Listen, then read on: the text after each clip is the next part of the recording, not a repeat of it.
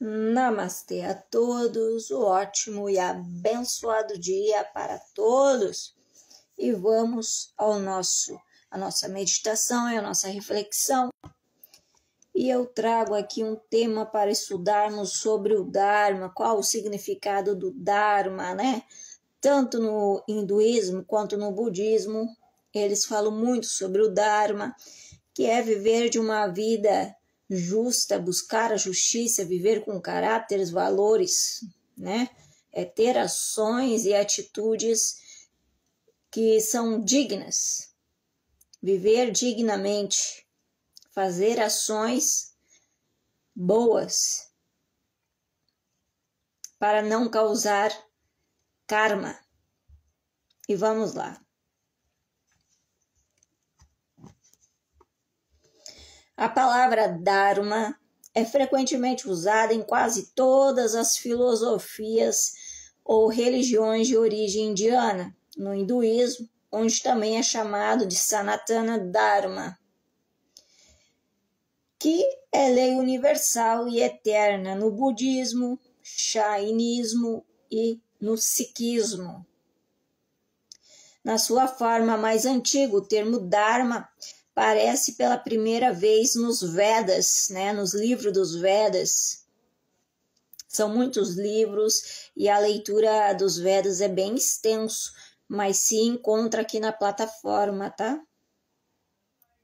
O significado desta palavra em sânscrito refere-se principalmente à lei espiritual, moral e o cumprimento dos deveres que dela derivam. Moral e o cumprimento dos deveres da lei espiritual e das leis humanas, né? É cumprir, é ter moral, é ter dignidade, é ter ações dignas e buscar a justiça, né?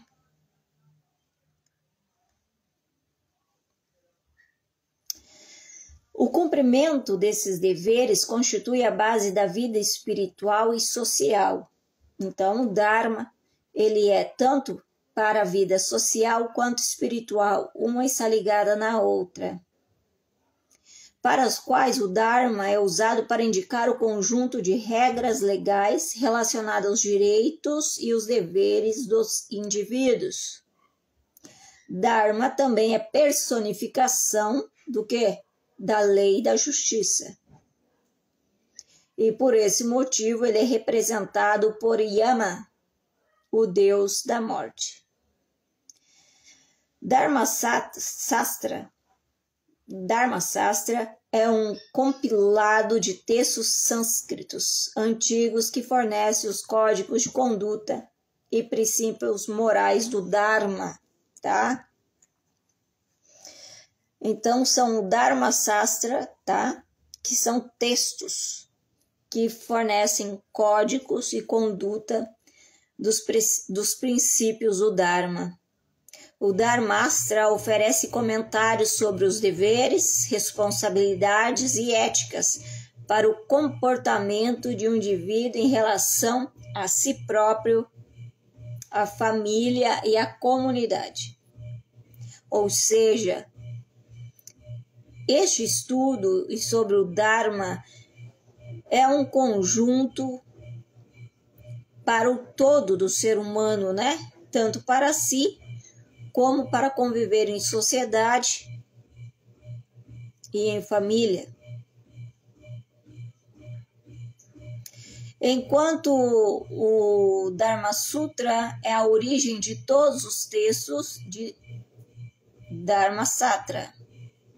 Dharma Sutra é uma escritura que forma o fundamento inicial da lei hindu, contendo regulamentos sobre governo, castas, relacionamento entre pessoas, ações econômicas e assuntos religiosos.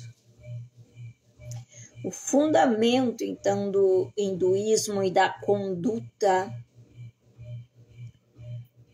deste povo é a escritura Dharma Sutra.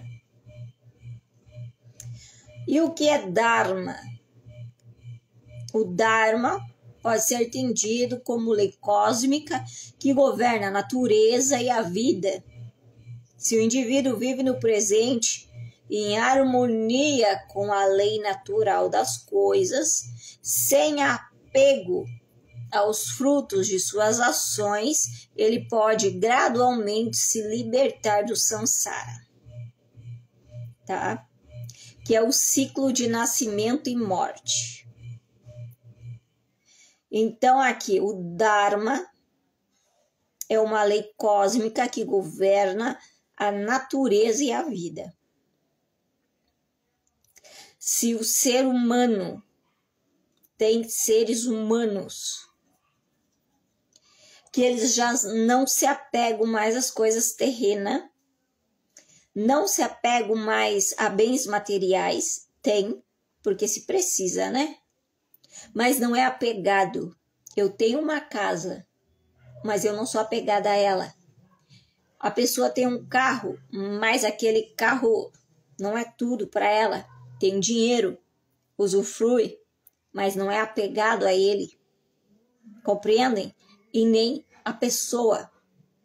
Pessoas que gostam da espiritualidade, que já estão mais em conexão com a natureza, que estão mais em conexão com Deus, que apenas usufrui, mas não é apegado mais a nada na Terra, porque nada pertence à pessoa. Muitos seres humanos não entendem, nada nos pertence, nada temos. Quando o ser humano ele entende isso, então ele se liberta do samsara, do renascimento e da morte. Ou seja, não precisa mais reencarnar. Reencarna e precisa voltar à Terra pessoas que são apegadas. Por exemplo, tem espíritos, tá? Pessoas que, quando elas desencarnam, pessoas, por exemplo, ela é muito apegada a roupas, né? A joias. Meu Deus, é minhas joias, é minha roupa. Não dou para ninguém, ninguém pode usar, ninguém pode tocar, ou um carro, ou a casa. O que acontece? No desencarne, a pessoa ela não vai para a luz. Os seres, a família celestial que está ali para levar ela, essa pessoa ela se recusa. E aí ela fica no mundo terreno, habitando a casa dela, olhando as joias dela, entendeu? É apegado. Se a pessoa ela é apegada a uma pessoa, ela também não vai para o caminho que ela deveria ir, que é para o aprendizado depois de encarnado. Aí ela fica presa na terra e fica ali atrás daquela pessoa. Ela mora com a pessoa, aonde a pessoa vai, ela vai, porque ela está muito apegada. Amar é uma coisa, mas tem que entender que aquele ser humano não te pertence. Quando tu desencarnou, tu vai para outro trabalho, tu vai se desenvolver. Agradece que enquanto encarnado, tu teve a oportunidade de conviver, de ter casado, de ter vivido uma vida com aquela pessoa. Mas não tenha apego ao ponto de desencarnar e ficar ali em volta da pessoa, compreende? Assim como tem pessoas que podem não gostar de nós, quando desencarna, ela se torna um encosto na vida da gente, entendeu? Se tem uma pessoa que ela não vai com a sua cara, que ela te odeia, que ela tem raiva, se ela desencarna, ela pode sim, agora ela vai, tipo assim, agora eu vou ser um encosto dessa pessoa. E aí ela se torna um encosto para você. E aí tu vai ter problema. Porque o desencarnado, ele pode movimentar energias também. Então, o que é sempre ensinado, e até nas escrituras, que nu a gente veio. Sem nada a gente veio. E quando morrermos, nós nada levaremos. Não podemos levar nada. Então, podemos ter tudo, usufruir de tudo, mas esse todo e esse usufruir não nos prende. Somos desapegados. Compreendem, amados? Tentam compreender. Você pode ter tudo, usufruir de tudo, mas esse tudo não pode te prender. Você não pode ser apegado a isso, certo? Se você já está desprendido, nada te prende, nada te segura, tu não tem necessidade de se apegar nem a pessoas, nem a coisas, então tu vai se libertar do samsara e tu não precisa mais voltar para a terra para aprender a desapegar. E aí tu vai para outros níveis, aonde fica no mundo espiritual, para auxiliar espíritos em outras dimensões, ou se tu tiver a missão de ajudar aqui no plano terreno, tá? A palavra Dharma também indica os ensinamentos destinados a alcançar o que? A libertação, né? A libertação do ego, do apego, da soberba, das coisas deste mundo, da ilusão deste mundo, da Matrix. Enquanto o Sankara significa todos os praticantes que têm o objetivo de aprender e praticar o Dharma. Você aprende e pratica na sua vida diária. O Dharma e o Bhagavad Gita. O Bhagavad Gita, o Cântico do Abençoado Senhor, é um pequeno poema em sânscrito chamado Evangelho da Índia. Desculpa. Eu tenho o Bhagavad Gita, li, é maravilhoso, é ótimo. É como se fosse o Evangelho, a Bíblia da Índia, né? Do hinduísmo. O Bhagavad Gita está inserido no contexto do grande poema épico, o Mahabharata, a batalha entre Kaurava e Pandava e a excitação de Arjuna, que deveria lutar contra as pessoas de sua própria linhagem. Aprendemos, Krishna vai ensinar a Arjuna que tem certas coisas que nós vamos ter que fazer mesmo não gostando. Arjuna pede a Krishna: eu prefiro morrer do que ter que matar os meus. Estava Arjuna e Krishna no meio da batalha, tinha os dele e tinha do outro lado com quem ele teria que batalhar, tinha amigos, tinha família, tinha representações, tá? É uma representação, então tinha amigos, tinha família, tinha parentes, tinha de tudo que para ele era importante, tá? Só que Krishna vai dizer: você como príncipe, você tem uma missão. E você precisa entender que tem certas situações que não poderemos fugir. Ou você vai e batalha contra eles, ou eles virão, batalharão contra você e o matarão. Então veja, Krishna ensina algo aqui. Mesmo que amamos amigos, famílias ou pessoas, se em algum momento tivermos que se afastar ou divergir ou nos defender, devemos fazer. Porque é este o dever nosso. É uma coisa lógica que Krishna vai ensinar a Arjuna. tá? Arjuna não queria, mas Krishna vai dizer assim, entenda que você pode lutar, você apenas irá destruir o corpo, mas não a alma, a alma sempre ficará viva. Só que nesse mundo material, tu vai ter que destruir os teus inimigos, por mais que eles sejam teus amigos, tua família, teus parentes, eles querem te destruir. Eles querem te tirar do trono. E tu precisa fazer o que tu tem que fazer. Tu é um príncipe, tu é um Deus.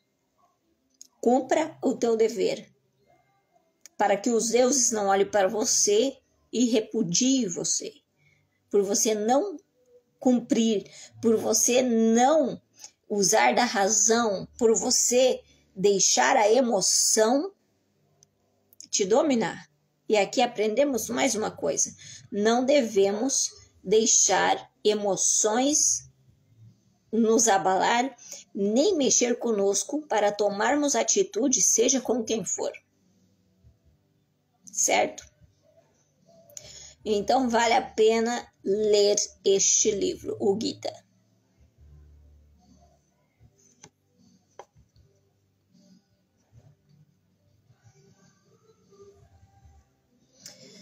E a hesitação de Arjuna, que deveria lutar contra as pessoas de sua própria linhagem, mas se recusava a contribuir para esta batalha. Era necessário.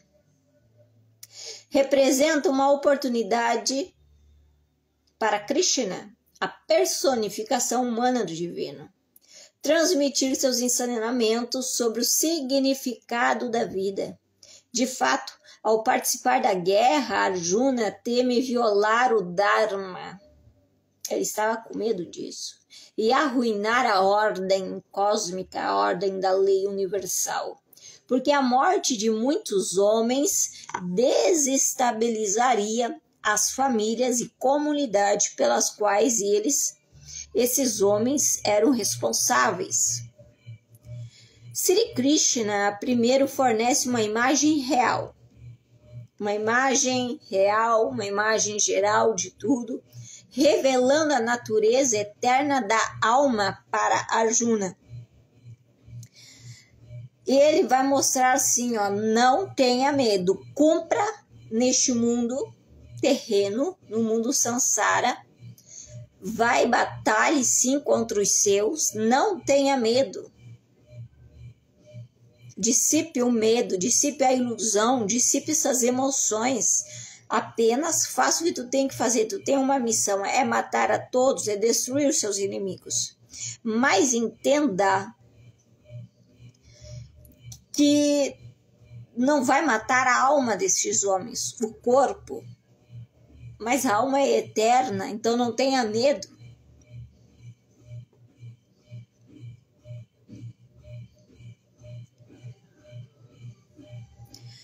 Então estava ali Krishna revelando a natureza eterna da alma. A alma é eterna, ela não ia morrer, então ele não precisava se preocupar com o Dharma.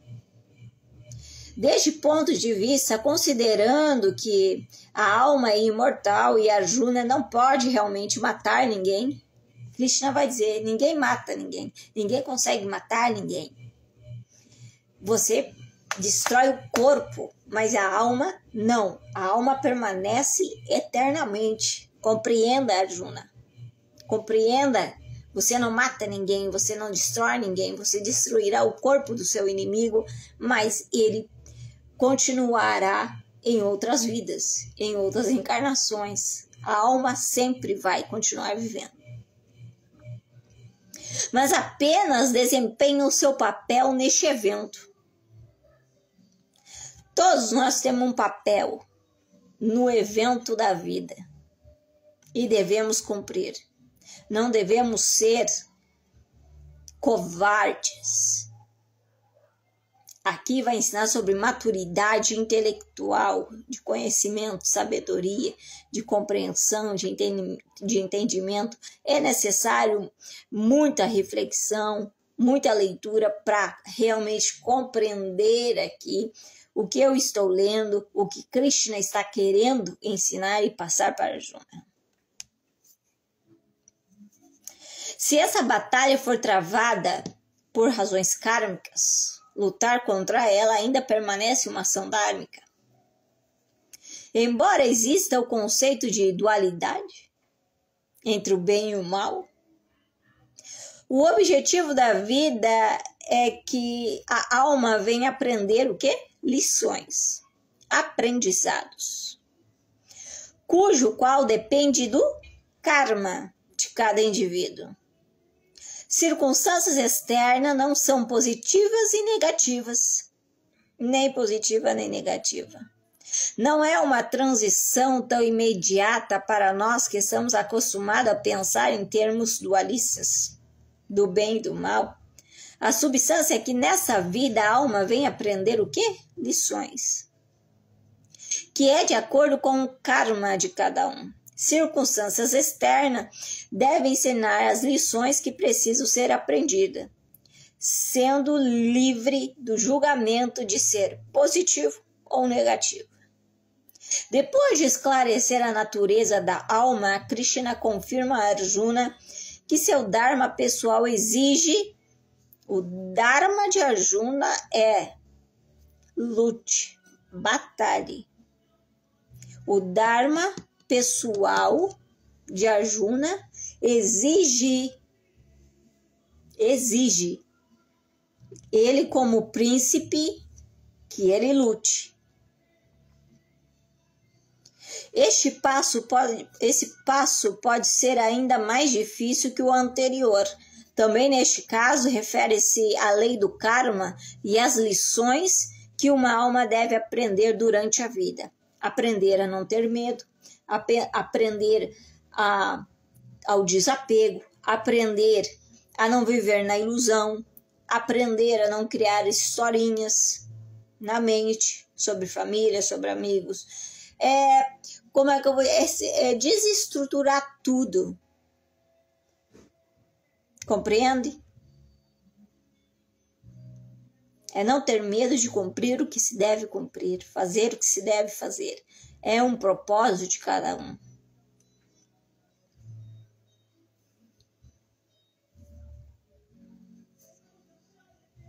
As lições aprendidas dependem do karma e constituem o dharma. Neste contexto, entende-se que o próprio dharma se destina a favorecer o verdadeiro propósito da vida, o da autorrealização, através das experiências e lições que a vida oferece.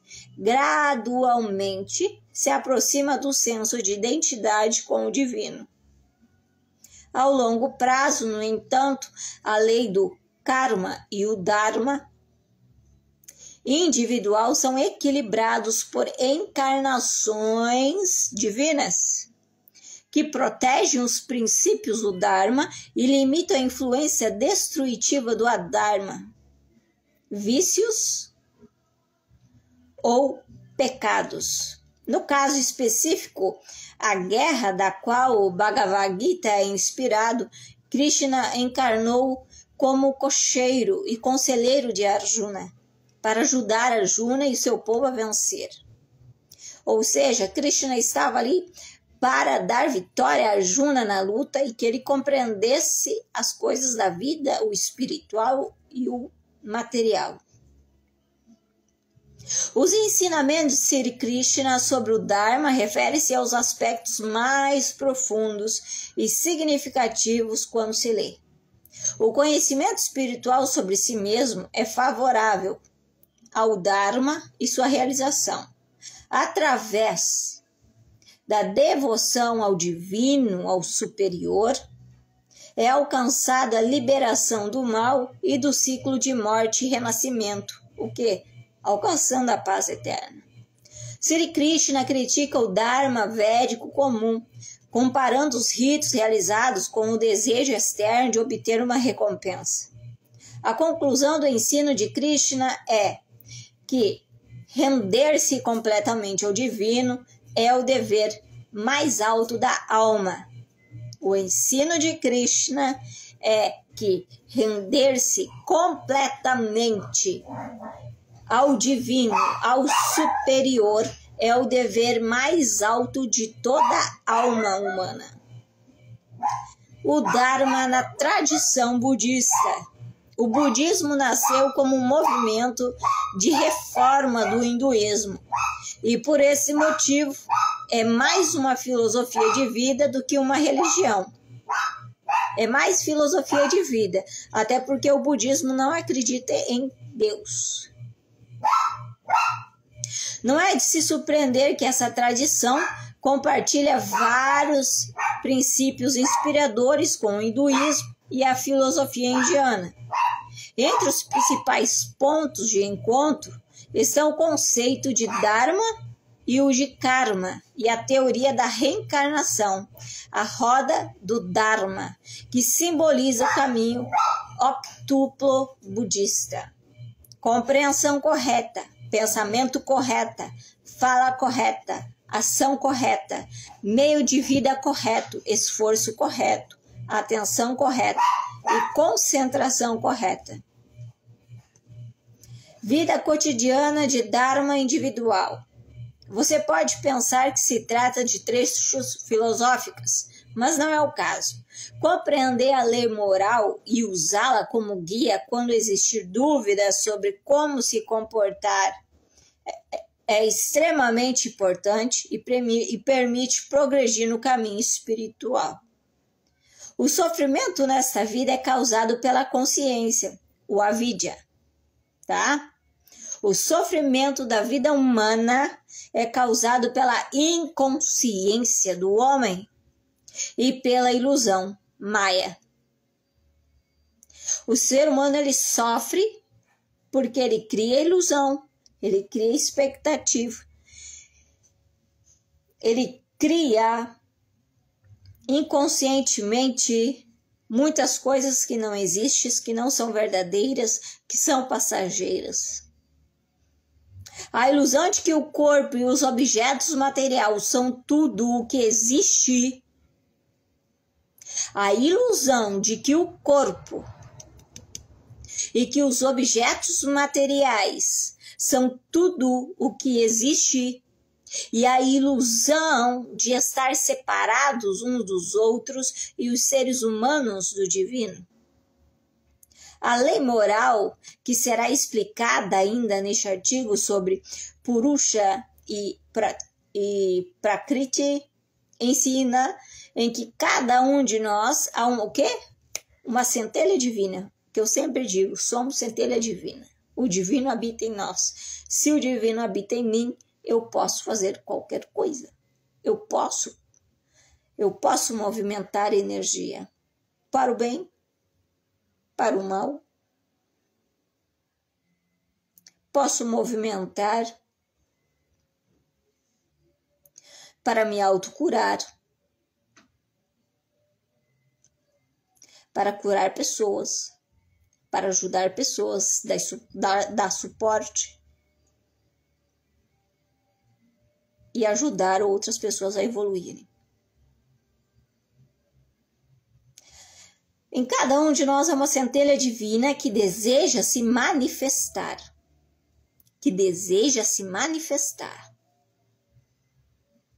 E que cada indivíduo é parte da integração de toda a criação. A criação pode ser vista como um grande organismo, no qual cada parte é especializada em uma tarefa específica. Se cada parte realiza sua tarefa, todo o organismo e todas as partes se beneficiam dele. Ao optar por não executar a tarefa que lhe foi atribuída à alma, o Dharma individual, seguir o impulso do karma, isto é, a vontade condicionada do seu eu inferior, o resultado da ação será a insatisfação e sofrimento. É correr atrás de coisas, pessoas, por ego, por vaidade, para mostrar para os outros mas isso vai trazer insatisfação e sofrimento, dor. Dharma, castas e estágios da vida. O sistema de castas, que ainda é difundido na Índia, apesar de ter perdido suas conotações originais, refere-se ao Varnasrama Dharma, a estrutura social em vigor na civilização védica. Varnasrama Dharma. Infelizmente, com muita frequência, o atual sistema de caça dá origem a excessos de imposições e abusos, que são incompatíveis com as intenções e objetivos do Varnasrama Dharma. Nos textos védicos mais antigos, como o Rig Veda, as várias classes sociais são comparadas ao corpo humano, consequentemente, ao corpo de Brahma. Tá? As castas foram divididas comparadas ao corpo do Deus Brahma, Deus Supremo ali. Mais importante que a outra, na realidade, sua interação é necessária para o bom funcionamento do corpo. O organismo é indispensável para sua própria sobrevivência. Varnasrama também é mencionado no Vishnu Purana e no Bhagavad Gita. Nas práticas, os Varnas, ou seja, as castas, são as 4 principais categorias que estabilizam os usos e os deveres dos indivíduos, enquanto as Ramas são os 4 níveis espirituais que marcam ao longo do tempo a vida do homem. Os Varnas são os Brahmas, intelectuais e padres, tá? Os Varnas são os Brahmanas, que são pessoas intelectuais, padres e etc.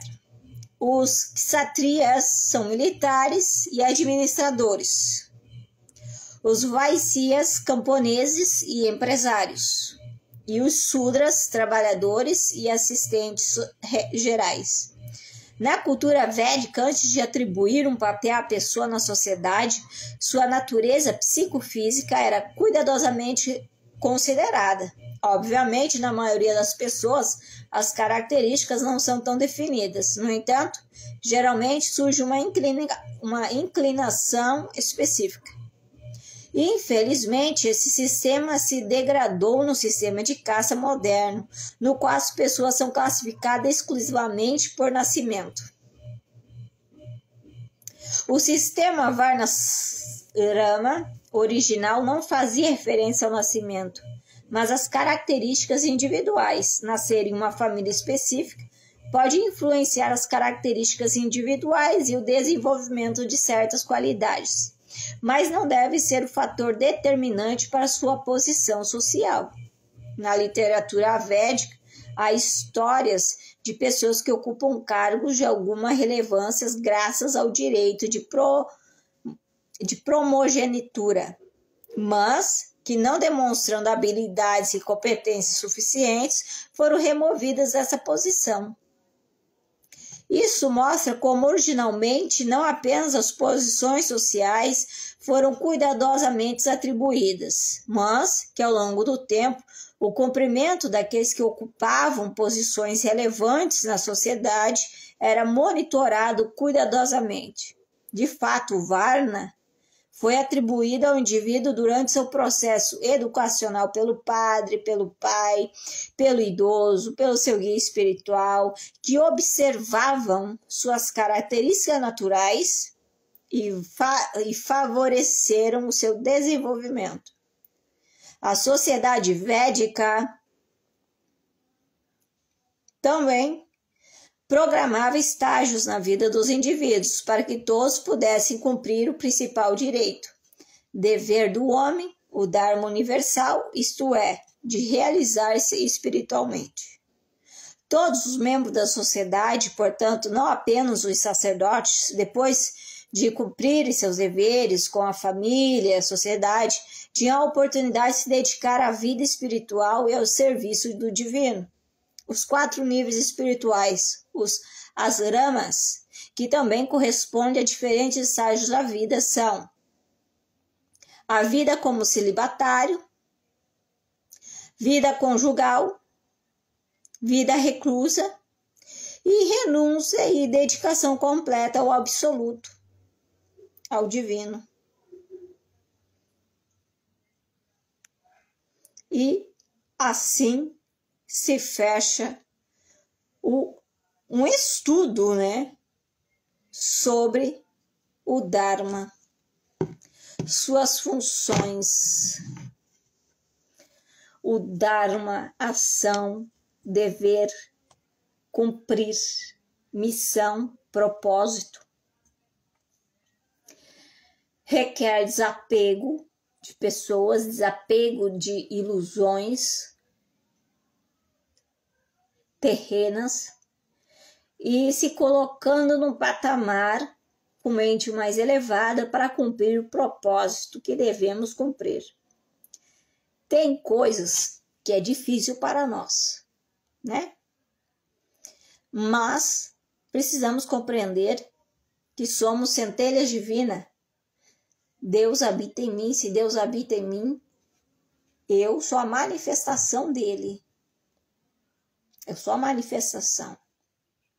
Então eu devo agir com sabedoria, com conhecimento, com discernimento e cumprir o que se deve fazer.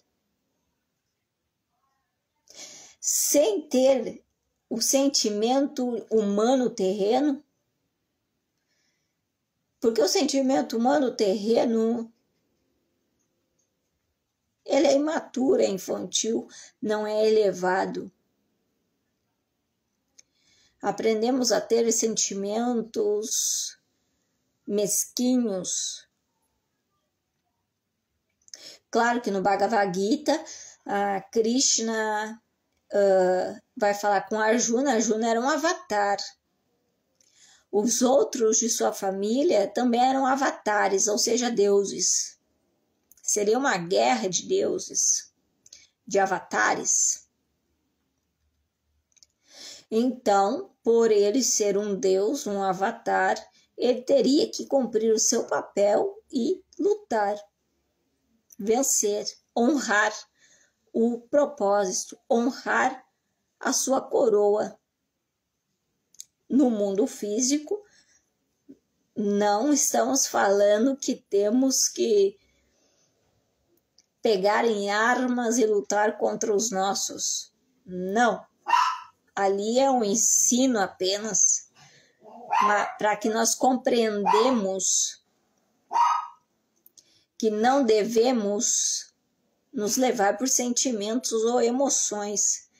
Nós somos deuses na Terra, a centelha divina em nós.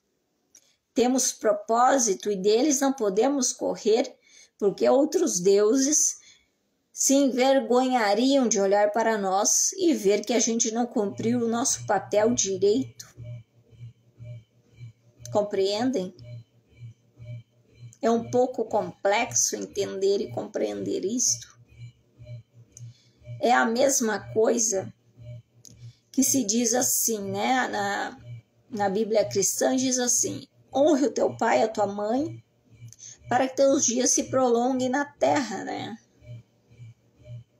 Honre o teu pai e a tua mãe. Respeitar.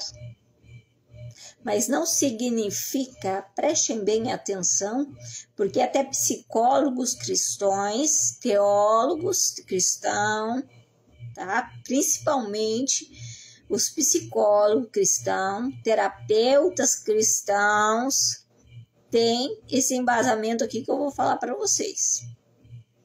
Honrar pai e mãe, ok. Não significa que para mim honrar pai e mãe, eu devo deixar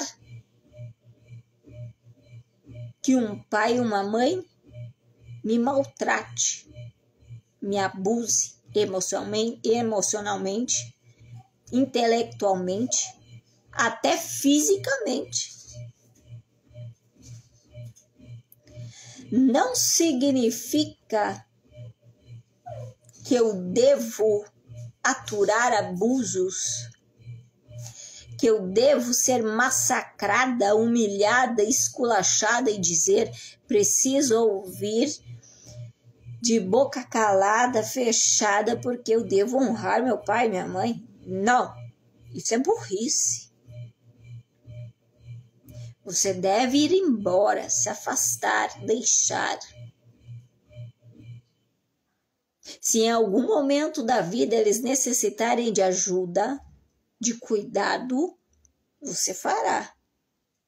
Caso contrário, você deve se afastar. Por exemplo, tem mães e pais narcisistas. Um pai e uma mãe que nunca vê nada de bom naquele filho, naquela filha, humilha, esculacha, tu não presta para nada, tu não serve para nada, olha bem para você, quem é você? Compreendem? Que honrar, tu não tá nem sendo honrado. Isso não está escrito, não. Porque isso vai te causar ansiedade, depressão e pode te levar à morte. Se deve honra ao marido, honra à esposa. A mesma coisa. A amizades, a mesma coisa. A comunidades cristãs ou comunidades de outra religião, se também tem abusos, se afastar, ir embora, para que você não adoeça, para que você não pare numa cama e venha até morrer. Então, veja, é saber lidar com maturidade com as coisas, ser realista, encarar de frente, bater de frente e fazer o que tem de ser feito. É defesa. Defesa, autocuidado, tanto físico quanto mental, quanto emocional. Certo, amados? E eu fico por aqui. Um beijo no coração de todos. Arion.